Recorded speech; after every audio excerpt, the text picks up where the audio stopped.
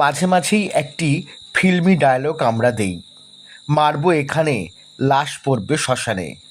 ফাটাকেস্টর ভূমিকায় মিঠুন চক্রবর্তীর মুখ থেকে এই ডায়লগ আমরা শুনতে অভ্যস্ত। ফাটাকেস্টর আসল নাম কৃষ্ণচন্দ্র দত্ত। কলকাতার ডন ছিলেন তিনি। তিনি কালী পুজো করতেন শিয়ালদা অঞ্চলে। তার কালী পুজোই ছিল প্রথম আভিজাত্য সম্পন্ন কালী পুজো।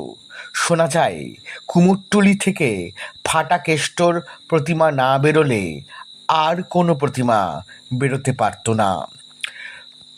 ফাটাকেষ্ট মা কালীর ভক্ত ছিলেন।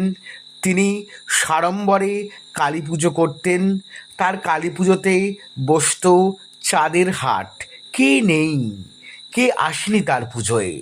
স্বয়ং উত্তম কুমার এসছিলেন অমিতাভ বচ্চন, এসছিলেন রাজেশ খান্না থেকে শুরু করে আরও টলিউডি বলিউডি তারকারা।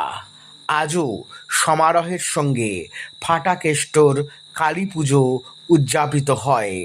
ফাটাকেস্টর কালী পুজো মানেই একটা নতুন চমক। ফাটাকেষ্ট কালের নিয়মেই না ফেরার দেশে, তবুও তার কালী পূজা রয়ে গেছে। আজও তা সাড়ম্বরে সমারোহে পালিত হবে এই অমানিসায়।